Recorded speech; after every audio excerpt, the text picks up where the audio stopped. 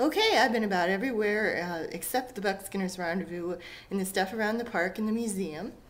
And I'm going to continue making laps, talking to people and making sure that they're aware of the program at 2 o'clock, pointing out some things. When I actually am presenting first person as Laura later in the day, I like to wear the badge so people know who I am. I also dig up answers to lots of questions so I can tell people where everything is, because I get asked a lot of questions that way, but I think that's fine. I'm also wearing a pin that they used to sell at the Sept pageant, which is made from a description of one that Laura got from Manly for Christmas. I am also wearing my ring, replica of Laura's engagement ring from the Walnut Grove Museum. And I also have, it's just because I'm in Pepin, this hat instead of my normal one, because I bought this at the Seed Savers Exchange, and you'll see that it's braided the way that Ma talks about braiding hats in Little House in the Big Woods. So now I'm back in the room to drop off all my footage on the computer and free it up so I can start again, and we'll keep having fun. Parking tends to be a bit of an issue because there really isn't a parking lot. However, there is parking by the strip along both sides of the highway, and normally by the middle of the day that can be quite a crowd.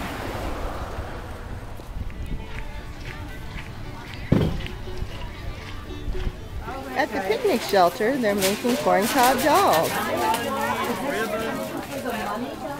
And there's a hay hunt for prizes in the hay. There's a catapult and a saddle. Another activity is the medallion hunt for children ages 12 and younger. Clues are posted every 45 minutes starting at 10 a.m.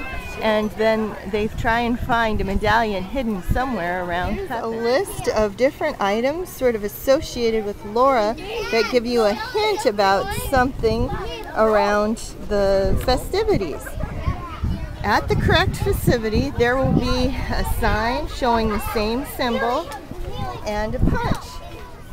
Try and collect all 10. Here's number 6, the wagon. Now they're doing square dancing on stage. Okay, so we're going to sing a song that goes with this dance. It's called Bow Bow O Belinda, okay? And back in the old days, in the days of the prairie, they did lots of dances like this where they sang songs that went with the dances. So they didn't even have to have our, wonderful musicians we have. You could just sing if you didn't. Two hands round, oh Belinda, 2 hands round, other way. 2 hands round, oh Belinda, won't you be my partner? Now the tunnel, oh Belinda, you go through two couples. Through the tunnel, oh Belinda. Everyone move up a little bit towards the music. Through the tunnel, oh Belinda, won't you be my partner? Fair food, sort of, for lunch at the Lions food booth here, tucked behind the Depot Museum. Another big part of the Laura Days is the Buckskinner's Rendezvous. Their encampment is just beyond the Pepin Motel, which is between the encampment and the Laura Ingalls Wilder Park, where most of the rest of the festivities are going on. You see here people dressed in the 1840s and demonstrating various 1840s crafts. They demonstrate Dutch oven cooking and then later will feed the reenactors.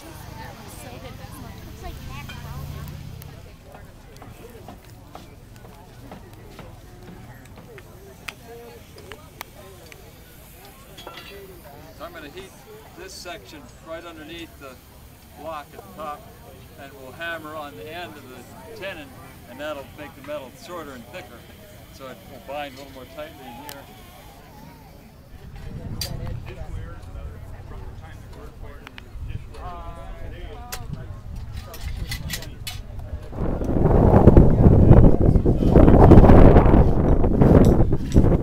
What this is a long handle knife. Pretty simple tool, really. You got the long handle, and the blade is about 3/4 of an inch long. And I've taken that blade and bent it into a hook shape. That's all it is. Pretty simple cool. Well, it's easier to carve on a curve. It's not on the tip. And it's just so I can get a curved blade. That's why it looks like a hook. So I've got that curved blade running in here. Now to do the other side of the bowl, you got to take it off. Use external power. In the past, they would have used water wheels and windmills or apprentice power. You know, have an apprentice turning a big wheel with the rope wrapped around the wheel. A lot of small turning shops were powered with water power going back at least 2,000 years in Norway. So that's an interesting part of it.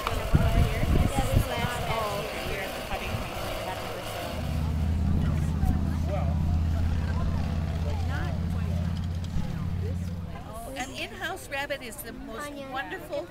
Oh, and they can live in a 2x2 cage in a bedroom.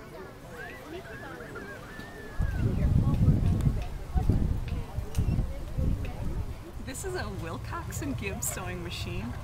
The original patent on this machine was in 1857, and I use it for demonstrations. I don't use it at home because it is a chain stitch machine, and they did prove not to be as desirable as a locking stitch. And there's so many things about this machine that are different than all other machines.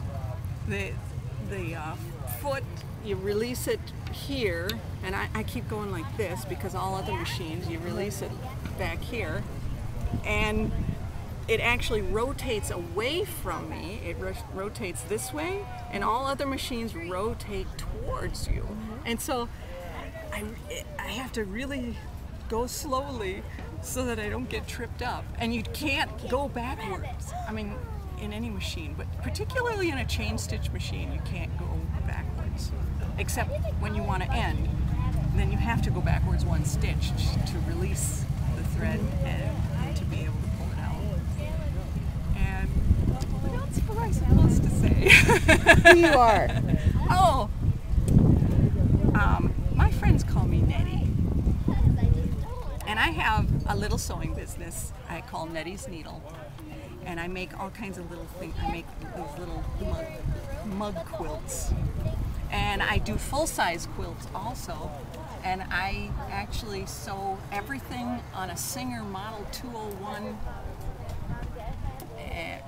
It's a vintage machine. It's actually was designed in the 1920s. And I do all my sewing on that. Even full-size quilts, I sew on my Singer Blackhead, they were commonly called. Among the activities are drilling holes with a hand drill. They also were giving horse rides. They bring in some milking goats and periodically demonstrate the milking. Kitty Latané, who is a tinsmith, always designs a new cookie cutter every year as part of her ongoing collection, and this year's is a lamp.